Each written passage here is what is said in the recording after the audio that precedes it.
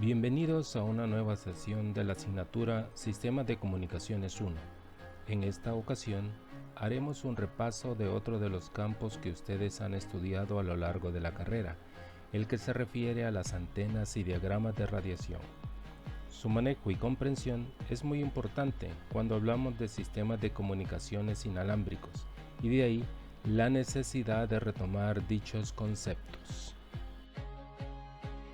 Como recordarán, una antena es cualquier conductor que es capaz de emitir o captar energía electromagnética del espacio que lo rodea, y en este punto agregaremos la condición de que dicha captura o emisión debe realizarse de forma eficiente. En el estudio de las antenas se utilizan dos enfoques principales: antenas como apertura o antenas como fuentes puntuales.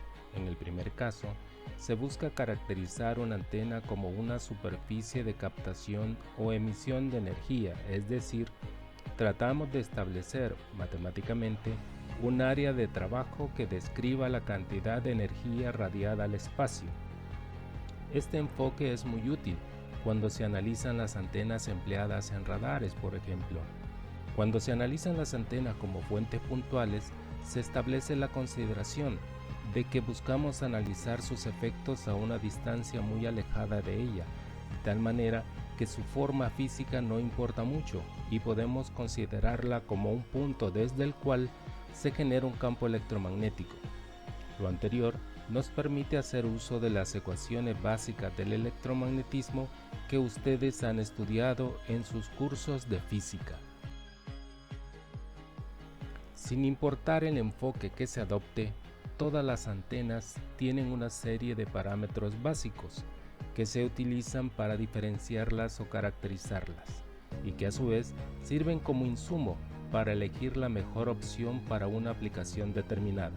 Estos parámetros son: polarización, el cual se refiere a la posición relativa de las líneas de campo eléctrico respecto al plano de tierra de la antena. Dicha posición puede ser lineal u oblicua. En el primer caso, las líneas de campo eléctrico pueden ubicarse de forma perpendicular u horizontal respecto al plano de tierra de la antena.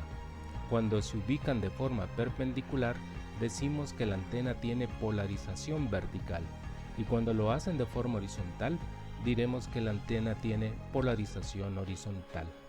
En cuanto a la posición oblicua, se refiere a la condición en la cual las líneas de campo eléctrico rotan en su propagación, en cuyo caso decimos que la antena posee polarización circular. Patrón de radiación. En esencia es un gráfico en coordenadas polares que describe o muestra la radiación de energía desde una antena o la emisión de campo eléctrico. No debemos olvidar que cuando se habla de antenas, los mismos principios que se aplican a la transmisión de energía se aplican a la recepción de la misma, por lo cual es común que se hable indistintamente de una u otra condición. Ancho de haz se obtiene a partir del patrón de radiación y se define como la distancia angular medida entre puntos de caída de 3 dB, tomados a partir del punto de máxima radiación. Directividad es una comparación entre la cantidad de energía radiada por una antena comparada con otra que se toma como referencia. La comparación puede ser en términos de potencia radiada o intensidad de campo eléctrico radiado. En muchas aplicaciones, la antena que se toma como referencia es la antena isotrópica. Ganancia. Es similar al concepto de directividad, con la diferencia que acá se toma en cuenta el material del cual está construida la antena, bajo el concepto de eficiencia del material. Si se considera que el material tiene una eficiencia del 100%, entonces el valor de ganancia es igual al valor de la directividad. Existen diferentes enfoques utilizados para la clasificación de las antenas, entre los cuales están: por su longitud eléctrica. Las antenas pueden ser eléctricamente cortas, cuando su longitud es menor a 1/4 de longitud de onda, o eléctricamente largas, cuando su longitud equivale a varias longitudes de onda. Por la forma de su patrón de radiación, las antenas pueden ser direccionales cuando irradian más energía en una dirección que en otra, omnidireccionales cuando irradian la misma energía en todas direcciones, bidireccionales, irradian la misma energía en dos direcciones, etc. Por la frecuencia de operación, las antenas se clasifican como DHF, VHF, microondas, multifrecuencia, etc.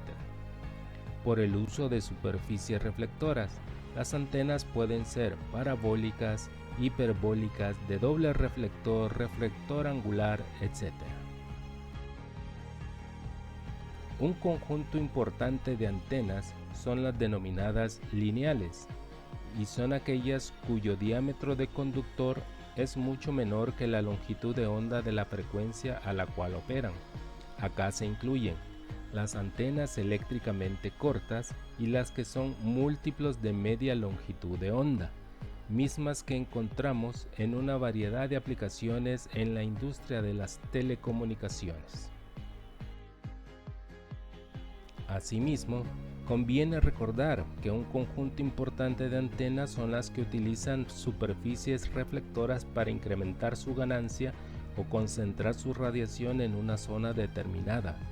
Dentro de estas podemos mencionar las que utilizan un reflector parabólico, mismas que, en algunos casos, se complementan con un reflector tipo hiperbólico para dar como resultado las antenas denominadas Cassegrain, de amplio uso en exploración espacial o comunicaciones vía satélite. En estas, el reflector principal es el parabólico, mientras que el reflector hiperbólico actúa como un reflector secundario. Otra alternativa de antenas con superficies reflectoras son la antena logarítmica y la de reflector angular. La primera también tiene la característica de ser una antena de banda ancha, dado que funciona de forma eficiente en un amplio rango de frecuencias. Recuerden que todos los elementos o brazos de la antena logarítmica se encuentran conectados físicamente a la línea de transmisión que conecta con el transmisor o el receptor, y por ello se dice que todos sus elementos son activos.